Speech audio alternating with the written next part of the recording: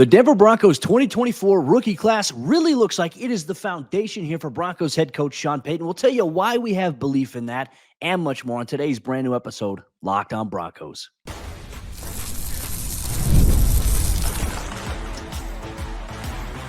You are Locked On Broncos, your daily Denver Broncos podcast. Part of the Locked On Podcast Network, your team every day. Broncos Country, what's up? Welcome into a brand new episode of Locked On Broncos, your daily Denver Broncos podcast, part of the Locked On Podcast Network, your team every day. Thank you so much to everybody in Broncos Country, all the everyday listeners out there who tune in and make us your first listen of the day every single day. We appreciate you so much. You can get Locked On Broncos for free on YouTube or wherever you get your podcast. So make sure you hit that subscribe or that follow button if you haven't done so already, so you never miss out on a day's worth of Broncos news, content, coverage, analysis, and more every single day all year long. I'm Cody Roark, Broncos reporter for Mile High Sports. I cover the team daily in Vele, joined alongside, as always, by Sayre Bedinger, site expert over there at predominantlyorange.com.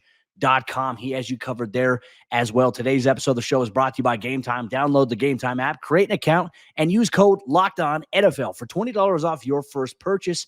Terms apply. Sayre, my friend, Broncos rookie minicamp in the books this past week, and I thought you did a fantastic job of covering it while I was at my first ever Jersey Shore wedding.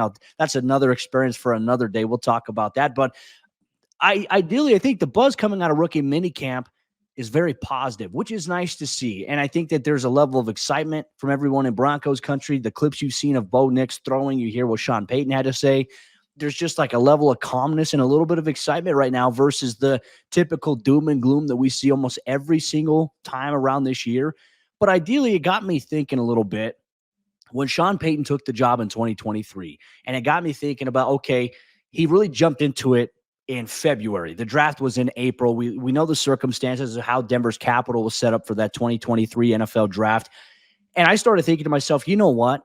I think really outside of Marvin Mims here, Sayre, I think that Sean Payton's real foundation to what he wants this team to look like starts with the 2024 NFL draft class. And I got even stronger vibes of that after what we saw from rookie minicamp in comparison to 2023. Yeah, it really feels you feel and sense the difference between the team that Sean Payton inherited in 2023 and the team that he's now built over the last two off seasons. I think that's the big stark difference right now and the vibes that you're catching. I know I can't remember who posted it, Cody, but I saw somebody post the difference of a picture of Sean Payton last year when Russ was the quarterback and this year with Bo Nix and things like that. And maybe just gave him a little extra pep in the step. Maybe he feels a little bit of extra added security. I mean, not that he didn't have job security before, but there's just a different level to which you operate when, okay, for the first year I'm working with somebody else. I got all these tools here. It's like if you've ever seen, the show The Bear on Hulu. It's one of the best shows out there. But the guy inheriting, chef, behind chef. He's inheriting his brother's sandwich shop, and he's a Michelin star chef. And he's like, all right, so I got to make do with what I got here. I got to implement my culture. Honestly, I mean, I just thought of that right now, Cody. But if you think about it, I mean, the Bear at seasons 1 and 2 is kind of a perfect analogy for Sean Payton's Broncos, because now here he's established, this is my thing. This is what I'm doing. These are the people that I've brought in. This is the way that I'm doing things. And you get that sense from him, especially with this rookie, just the way that he waxes poetic over Devaughn, Vele, who we're going to talk about today, and other rookies from this class. I mean, he's out there. He seems really excited about these players. And of course, when you talk about foundational from year to year, there is a bit of an unfair advantage given there's a first-round quarterback in the mix this year. But I think that plays heavily into this. And I think it does too, because, and to go back to my original point about why I said I think the 2024 class is really his foundational starting piece here for his tenure that's going to set the table for the Broncos for the next 2 to 3 seasons at least, in comparison to 2023. Marvin Mims, in my opinion, is the one guy from that 2023 class. And I'm like, all right, like for what Sean wants to accomplish, I see that being foundational. You look at the other guys, Drew Sanders, Riley Moss, highly questionable right now. Everybody else in that draft class, highly questionable from that standpoint, really maybe outside of Alex Forsyth. I mean, right now, Marvin Mims, Alex Forsyth, who's perceived to be the potential starter at the center position for the Broncos this upcoming season. Really, it's only 2 guys from that class that give me like, okay, these are foundational guys for what Sean wants to do. Riley Moss, I think, can be the other guy there. Everybody else, not so sold right now in terms of where that's at. But I look at this year's class. You look at Bo Nix, obviously. You look at Audric Estime. You look at Devaughn Vele, as you talk about. And, of course, we're going to mention here Troy Franklin, what he's going to be able to bring to the table here. And it really seems like here, for what the Broncos want to accomplish offensively at least, these are the guys that are really going to be kind of the foundation in the next 2 to 3 years for this team. Obviously, Bo probably right away here for the Broncos. And that to me says, okay, what is Sean going to do? Like, Sean had as much as he could work with last year. But for me, it just seems like now he's got it the way that he wants it, which is also exciting to see considering Denver didn't have a second-round pick initially. So, I mean, ideally, Sayre, I think the Broncos in a pretty good spot right now to build a foundation. Now, I think also we have to come out and say it as always. While there's a lot of excitement, that doesn't mean that the Broncos are going to be good this season. We hope that they are, and certainly they can be. But we're not saying, okay, it's Super Bowl, for the Broncos this season. Denver, I just feel like when you look at where that from a structural standpoint, I feel like we can confidently say I think Denver on paper is in a good spot. I think they're where exactly they want to be right now, which is a much better spot than I think we thought they were going to be maybe 2 months ago. So I think that's a good starting point.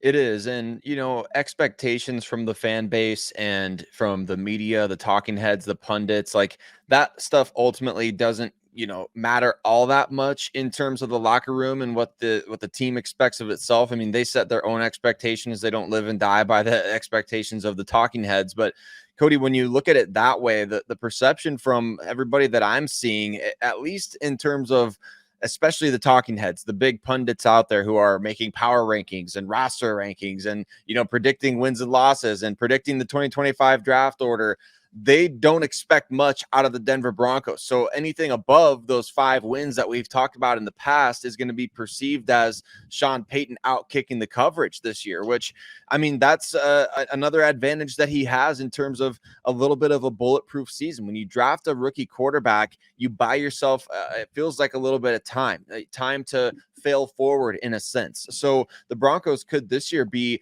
they could win 6 or 7 games and still be perceived as taking a huge leap forward because, man, the Broncos were a thorn in everybody's side. I think about the Arizona Cardinals last year. Remember we talked about them a little bit, and you kind of watch them from the outside and you feel like, how good of a hire is Jonathan Gannon? Really, he's inheriting maybe the worst roster in the league. Kyler Murray coming off a season-ending injury. And then that team just goes out and plays hard every single week. And I think the general consensus with the Cardinals last year is that they outplayed what everybody expected. And now there's a huge positive, light that they're living in the 2024 offseason. So not that it's all about perception either, but I just think that does factor in when you're talking about what Sean Payton is building, the perceptions of everyone in the fan base and in the media, and those sorts of things. It all factors into the storyline of this team this year. Are the Broncos going to be the team that nobody wants to face? I think that's another interesting possibility that all starts with this draft class coming in. And if this foundation that Sean Payton has set now for the 2024 season for the Broncos is going to be as fruitful as it can in year 1 for Bo Nix, as we assume he's going to be the starting quarterback, it's important that he has probably one of the top guys possible that's going to help make that transition a little bit easier. How crucial is Courtland Sutton to the success of Bo Nix as a rookie? We'll dive deep into that here on today's brand new episode, Locked On Broncos. Broncos Country, today's episode, Locked On Broncos, is brought to you by our friends over there at the Game Time app. And look, if you've ever had a frustrating ticket buying experience, you know how much of a hassle it can be sometimes. You're looking to get tickets to a sporting event, you go to purchase them, and all of a sudden, they're out. Supply and demand really comes in. But you don't have to run into that issue here with the Game Time app, especially with the NFL schedule release coming out this week. Now you can start pinpointing it, whether you live locally or whether you live in another state. You want to catch your favorite team. You want to catch the big game that you're expecting your team to play this season. Game Time is the app that allows you to get tickets to your favorite NFL games, including the upcoming 2024 NFL season. On top of that, you get access to a wide variety of features that give you the best experience overall inside of the Game Time app. You get all-in pricing, where if you toggle this feature, it shows you your total up front, so you're never surprised with any surprise fees at checkout. You get your total up front, not to mention you get seat views. You get a panoramic view of the vantage point of the event that you plan on attending this upcoming season, especially at an NFL game. And they have the lowest price guarantee or game time. They'll credit you 110% of the difference. So take the guesswork out of buying tickets with Game Time. Download the Game Time app, create an account, and use code LOCKEDONNFL for $20 off your first purchase. Terms apply. Again, create an account and redeem code LOCKEDONNFL for $20 off. Download the Game Time app. Last minute tickets, lowest price guaranteed.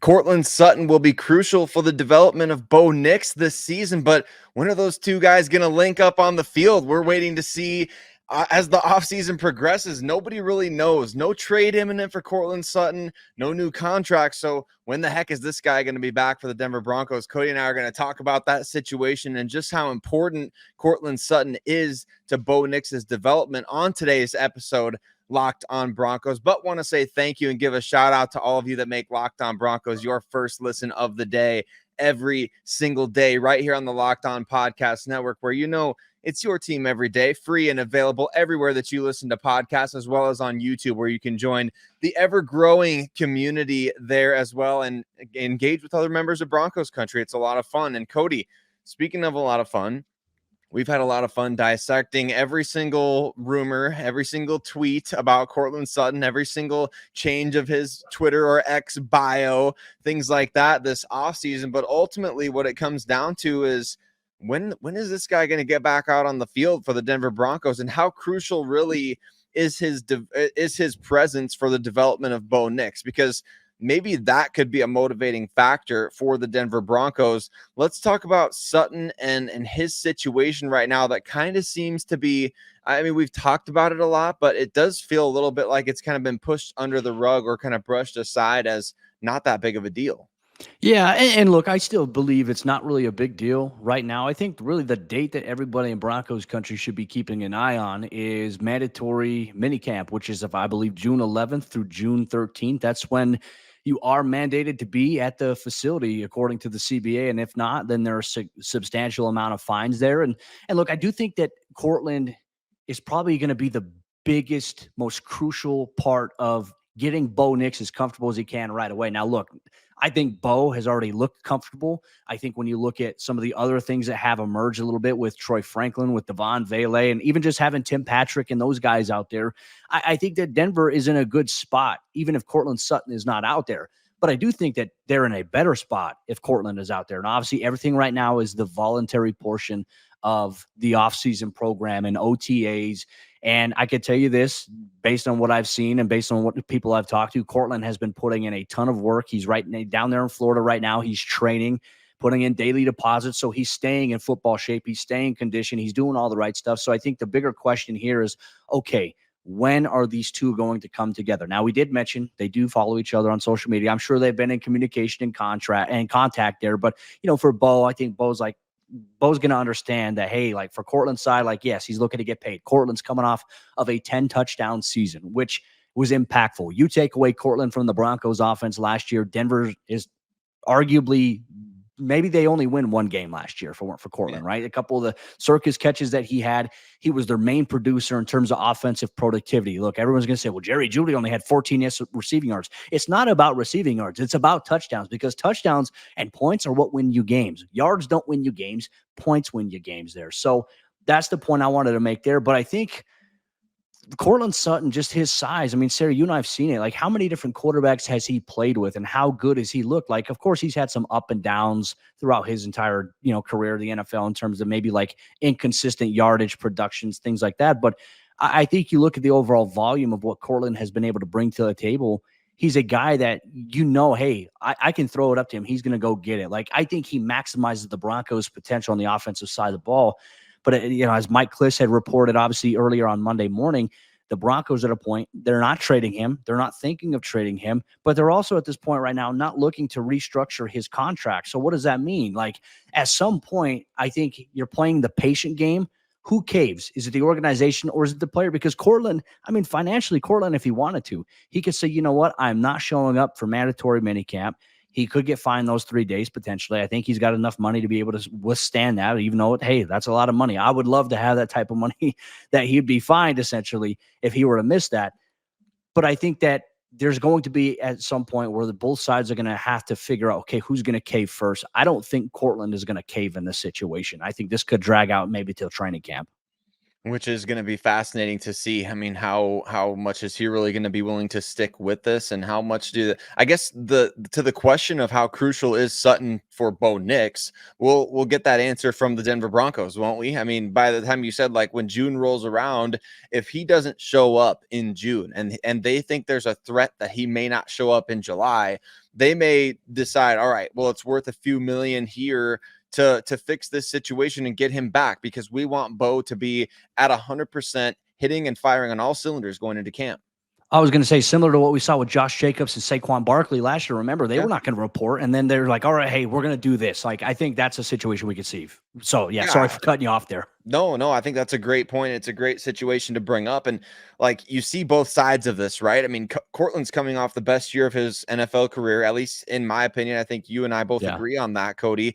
So he's coming off the best year of his NFL career, and he's not going to get many more chances to hit the open market. Like, he has to ask for more money now, because he doesn't hit free agency until he's 30. And at that point, who knows where he's going to be at. So he needs to ask for more money now. He needs to be going about it this way from his perspective. From the Broncos perspective, they're like, you still have a top 24 ranked contract among wide receivers. He's counting over 17 million against the cap this year, and we're paying Russell Wilson almost 38 million in cash to play for the Pittsburgh Steelers this year. So the budget is just not at a place right now to be able to go and give you this. Look, Cody, there's a lot of shoes that I want to add to my collection right now. Unfortunately, there's things that need to get done. The car needs to be getting fixed. We got to do all this stuff to the house. We got to have the plumber come by, guy come check the HVAC. It's just not in the budget to get that pair of shoes right now, but maybe at some point down the line it will be. And so I don't mean to diminish Courtland's situation. And like you said, he's at this point, he's making funny money. Our perspectives are very different on where he's at financially and where we're at financially. But at the same time, I think it makes sense for both sides to be patient in this. It makes sense for Courtland to hold out. It makes sense for the Broncos to say no, So I don't know how that ends, and I don't know how much it impacts Bo Nix, but we know the Broncos have made a lot of moves at receiver to upgrade that position this offseason. 100%. And I'm going to stand firm on the stance. I think the Broncos, I think Bo Nix will be better off with Courtland Sutton. But if that is not the case, it does seem like Sean Payton, George Payton, and the Broncos front office has put some pieces together, whether that's through free agency, whether that's through guys already on the roster in-house. And as we've seen so far with the NFL draft, and there's a little bit of buzz coming out of rookie minicamp and some continuity between Bo Nix, Troy Franklin, and obviously maybe a little bit of an early impression on Devaughn, Vele, wide receiver out of Utah. He's a little bit older, a little bit more experienced. And maybe that's what the Broncos need in a situation like this if things don't work out, where Courtland Sutton returns to the fray here for the Broncos this offseason. We'll dive deep into that and much more here on today's brand new episode, Locked On Broncos. Broncos Country, today's episode, Locked On Broncos, is brought to you by our friends over there at FanDuel Sportsbook. And as you all know, at FanDuel, they're America's #1 sportsbook. And right now is the perfect time to get in on the action, because it is winner take all time in the NBA and the NHL. And FanDuel is giving you a shot to bring home a big win of your own. With the NBA and NHL playoffs ongoing, whether it's on the court or on the ice, if you're a Colorado sports fan, you have the Colorado Avalanche, you have the Denver Nuggets right now. The Denver Nuggets, they tied the series up a couple days ago, 2-2 against the Minnesota Timberwolves. And if you believe that they can win the series overall potentially in 7 games, well, FanDuel is the place to get in on the action. You can get in on point spreads, you can get in on player props, or you can choose the winner outright on the money line. And right now, new customers get $150 in bonus bets with any winning $5 bet. So if you sign up as a new customer today, you go place a $5 bet. And let's say you do the money line and your bet wins, your $5 bet wins, you're automatically going to get $150 in bonus bets. That's $150 to bet on spreads, money lines, player props, and more. So visit FanDuel.com/lockedon and make every playoff shot count. Once again, FanDuel.com/lockedon. FanDuel, America's #1 sportsbook. Could the Broncos wide receiver room make an impact early on and quick for the Broncos this upcoming season, especially if they're part of Sean Payton's foundation going forward and Courtland Sutton doesn't return? There are a lot of different things going on here with the Broncos this offseason. We're going to break it down here on today's episode of Locked On Broncos. Real quick, wanted to say thank you so much to everybody in Broncos Country. Thanks for tuning in, making us your first listen of the day every single day. We appreciate you so much here. But I think one thing we're going to dive into here, Sayre, rookie wide receivers. Obviously, you don't want to put a lot of pressure on relying on your young guys early on, but we have seen in instances throughout the NFL, you see it every year with some team, not at wide receiver every year, but you see it at positions all across the board in this league and in this sport specifically, where you see rookies come in right away, have a huge impact, and all of a sudden it's like, hey, like now they're really, really good. Like I think when we're looking at the wide receiver context and for all like intents and purposes here, who do we think of from last year? We think of Puka Nacua, the impact he had right away with the Los Angeles Rams. When Cooper Kupp dealt with some of the injuries, all of a sudden Puka's just exploding. And then when those two are on the field together, it's like, oh my gosh, like that's great. Now you look at where Denver's at right now. I think the state of the wide receiver room, if Courtland Sutton, let's talk about it from the hypothetical. Courtland Sutton decides to holds out into training camp. Maybe the Broncos are like, all right, hey, we're moving forward with our contingency plan here. You have Tim Patrick, you have Josh Reynolds really as the more tenured guys there, little Jordan Humphrey. But then you have Marvin Mims, young, electrifying, has a lot of potential. But then you get to the rookies. You add them into the mix. And look, we can't even forget guys like Jalen Virgil as well. I got to throw Jalen in there. Brandon Johnson, who had an impact. Can't forget him as well. But then you throw in guys like Troy Franklin. You throw in guys like Devaughn, Vele. Now, in my opinion right there, Sayre, I think the Broncos wide receiver room, even without Courtland Sutton, like on paper, it does look nice. It looks like it has good depth where at least 6 or 7 guys could be on the active roster come training camp, obviously, you know, when the 53-man roster gets set here. Can these guys have an impact right away? I mean, I look at Troy Franklin, I look at Devaughn Vele. The immediate thought is, okay, I think Troy Franklin, Bo Nix, that chemistry, you see it, that's important. He's going to be featured early on. But Devaughn Vele is another guy, good size, good stature, that, hey, if Courtland Sutton's not there, he brings that size element that Courtland has. Exactly. And the Broncos do have a lot of guys with size. I mean, little Jordan Humphrey in the mix as well there. So there's a lot of 6'4" receivers on this team. And Troy Franklin doesn't get a lot of credit, Cody, for being 6'2 plus. I think he was listed at 6'3 at Oregon. So he's not necessarily the big body type that you think of, but he's a long strider with good length and good size overall. So it's very interesting to me, this game that they could play necessarily, if you want to call it that, with Courtland Sutton in terms of the size options that they have. We know that Sutton is probably the most ball dominant player that they have on the roster in terms of go up and get it, you know, be that 60-40 guy, not a 50-50 ball guy. I just think that there is a significant storyline to watch here in terms of these rookie receivers making an earlier impact than expected with the way that Sean Payton talks about these guys. I mean, we talked about it on yesterday's show a little bit as well, just the way that he talked about Devaughn Vele having much better ball skills. Maybe even he expected. He said he's looked even better than I thought for a guy his height. And you talk about alignment. He talked about how Troy Franklin could play inside the numbers. He can play outside. He can run. And he's still bragging about being able to get him in the 4th round. So I think Payton's confidence in these guys, plus you have to kind of think about the extended depth chart that is free agency. The deeper that we get into the offseason, guys are getting cheaper. Tyler Boyd just signed for what, $4.25 million. Zay Jones just signed for $4.25 million. Michael Thomas is still out there, and so is Hunter Renfrow, and guys that could legitimately come in and play and help. So that doesn't help Courtland Sutton's case whatsoever, as we kind of still connect to these two subjects here: the rookie receivers, the depth on the team, Sutton's standing, Bo Nix's development amongst all of it.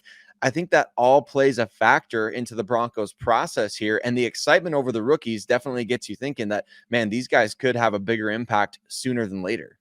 Well, I think when you look at some of the pictures that the Broncos social team they captured, or the digital team captured of rookie minicamp this past weekend, like these guys don't even have shoulder pads on it. Troy Franklin looks good. He looks long, lean, athletic. You look at Devaughn Vele, he looks big. And so it's like, what do these guys look like when you throw the pads on? Like that's even going to be more exciting. And we're going to obviously get to that point in the next month or so is obviously mandatory minicamp does come around and they start to progress through, I think, phase 2 to phase 3. And everything becomes a little bit different in terms of what you see in terms of competitive periods like 9-on-7, 7-on-7. You get to see some 11-on-11. Obviously, no physical contact will be permitted in any of these things, but you're getting football looks on air. And it will give, I think, film at least going into training camp, right? Because you're going to go through mandatory minicamp. The guys are going to be off for a month and a half.